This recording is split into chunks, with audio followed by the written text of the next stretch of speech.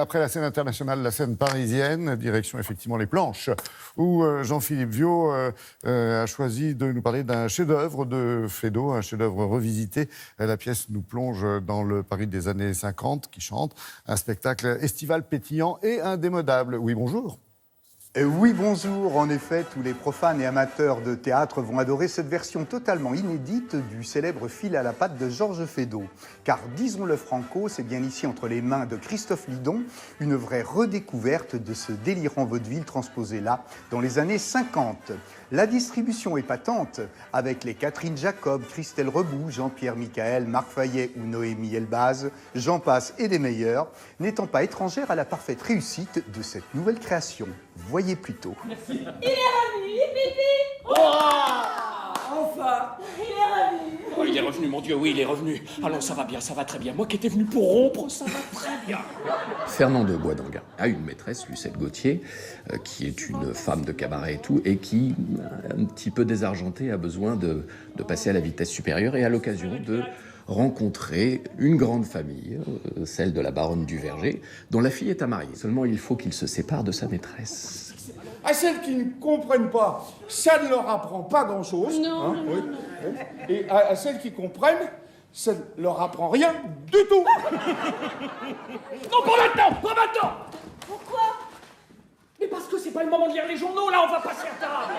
C'est quand même un monsieur qui a beaucoup vécu, qui a somptueusement profité de la vie, mais c'est presque une petite fable de La Fontaine quand même. Hein. À un moment donné, il est un petit peu à sec. On pourrait rester comme ça pendant 20 ans. Et toi? Oh, tu sais, 20 ans, c'est long, hein. Comment se dice subjugar en français? Subjugué. Général. Bueno, gracias, Antonio. Vous m'avez souchouqué. Il y a toujours autant d'efficacité dans cette emblématique vaudeville où complot, quiproquos et rebondissements se succèdent pendant 2 heures de rire. Et même plus d'un siècle après sa création, la pièce nous démontre une fois de plus que le Fil à la patte existe encore bel et bien de nos jours. Eh, vous n'êtes pas joli du tout, vous savez. Je te le dis, tu ne sais pas, tu ne sais pas apprécier l'homme que tu épouses. Toute la pièce va être cette difficulté à lâcher son fil à la patte, cette Lucette Gauthier. Donc c'est la grande problématique entre l'amour et l'argent. C'est l'éternité de l'âme humaine. Ouais. Le pouvoir, la lâcheté, l'amour, les choix, les mauvais choix.